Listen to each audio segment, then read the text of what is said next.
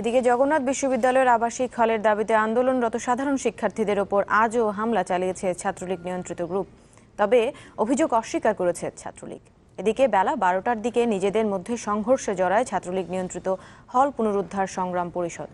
আগামীকাল সকাল 9টা থেকে বেলা 12টা পর্যন্ত বিশ্ববিদ্যালয়ের শহীদ মিনারে অনশন কর্মসূচি ঘোষণা করেছে আন্দোলনরত শিক্ষার্থীদের একাংশ। হলের দাবিতে বিশ্ববিদ্যালয়ের সামনের রাস্তার এ বিক্ষোভ ছাত্রলীগ নিয়ন্ত্রিত হল পুনরুদ্ধার ছাত্র সংগ্রাম পরিষদের।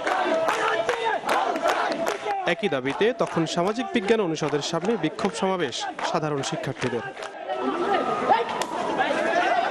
এক পর্যায়ে ক্যাম্পাসের বাইরে অবস্থান নেওয়া গ্রুপটি চড়াও হয় সাধারণ শিক্ষার্থীদের উপর। এতে আহত হন বেশ কয়েকজন। হল পুনরুদ্ধার ছাত্র সংগ্রাম পরিষদের আহ্বায়ক ও বিশ্ববিদ্যালয় শাখা ছাত্রলীগের সভাপতির নেতৃত্বে চালানো হয় এ হামলা।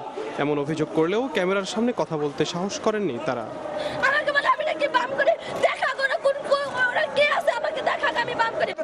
তবে এ অভিযোগ অস্বীকার করেন ছাত্রলীগ সভাপতি। পরে ঘোষণা দেন হলের দাবিতে মঙ্গলবার বিশ্ববিদ্যালয়ের শহীদ মিনারে অনশন কর্মসূচি। আগামীকাল 12টা পর্যন্ত আমরা জগন্নাথ বিশ্ববিদ্যালয়ের হল পুনরুদ্ধার ছাত্র সংগ্রাম পরিষদের নেতৃত্বে সর্বাত্মক আমাদের জগন্নাথ বিশ্ববিদ্যালয় শহীদ মিনারে অনশন কর্মসূচি পালন করব। শিক্ষার্থীদের মধ্যে সংঘর্ষের জন্য আন্দোলনকারীদের সমন্বয়হীনতাকে দায়ী করছেন বিশ্ববিদ্যালয়ের প্রক্টর। অভিযোগ পেলে দোষীদের বিরুদ্ধে আইনানুগ ব্যবস্থা নেওয়ার আশ্বাসও তার। এই নেতৃত্বের অভাবের কারণে কিন্তু আজকের এই ঘটনাগুলো ঘটছে।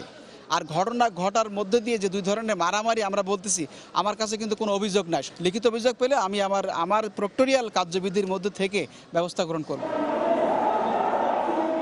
আন্দোলনের মুখে আজও বন্ধ ছিল বিশ্ববিদ্যালয়ের সব শিক্ষা কার্যক্রম।